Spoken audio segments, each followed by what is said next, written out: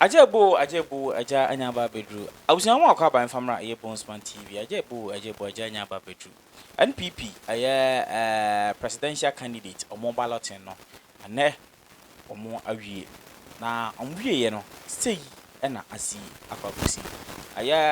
Opanyi Kennedy akompreko Agyapong Kempong Kennedy Agyapong wono na oyi number 1. Saa enso so na Alan Kwaju Chamantin ono enso so na eyi number 2.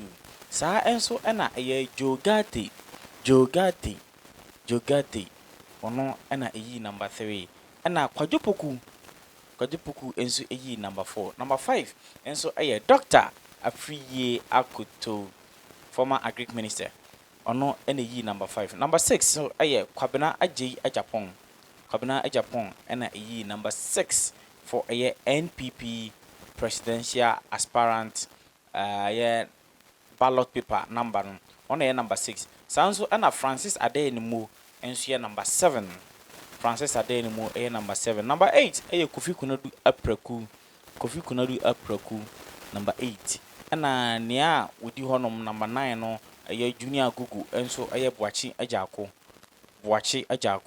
Yes, Boachi Agyako so na akoyi number 9 Junior Gugu ono na akwakoyi. Na nia wotwato no the current vice president of the Republic of Ghana ono so number 10. Ono na akwakoyi ase honom no. Nti from Kennedy Agyapong, Alan Chamantin and Alan Cash number 2, Jogate number 3, Kwajupoku number 4, Dr. Afriye Akoto number 5, Kwabena Agyapong and so number 6, number 7, Francis Ade, number 8, Kofi Konadu Apraku, number 9, Wachi Ejako, and number 10, Dr. Mahamudu Bawumiah, and Akwakoyi number 10.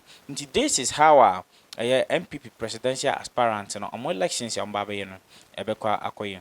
Nti empayimfo beto aba na amise omayi emu oze 4 na 6 omayi mu part of it na fere omo de eno akwa mu ansa na omo beyi the presidential we special voting na omba be special voting si na sitie so no wi a na omo sanso aba beyi the presidential na nkasa emu.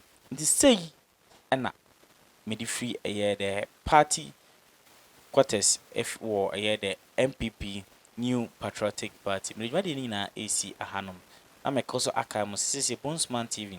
Ya biye yantaba mu na ya biye yansam se wo advert bi abetimi ni ye atwen komo na wo de won advert aba na ya bohon de ro ede amount. Saa enso so na wo dwumade bia wo hia videography ni photography a freeing na yemra embetwa na kama ma.